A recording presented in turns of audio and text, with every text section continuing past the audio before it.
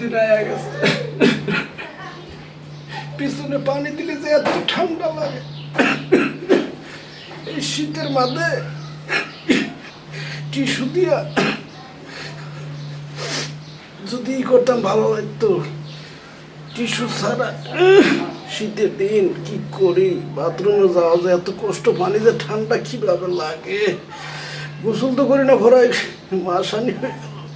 গোসলের কথা আর কি কইমু আপনি, বাথরুমের কাছে তো যাইতেই হয়, এই কাজে না গেলে তো আর বেড়ে গেলে গ করে ডাক মারে গ।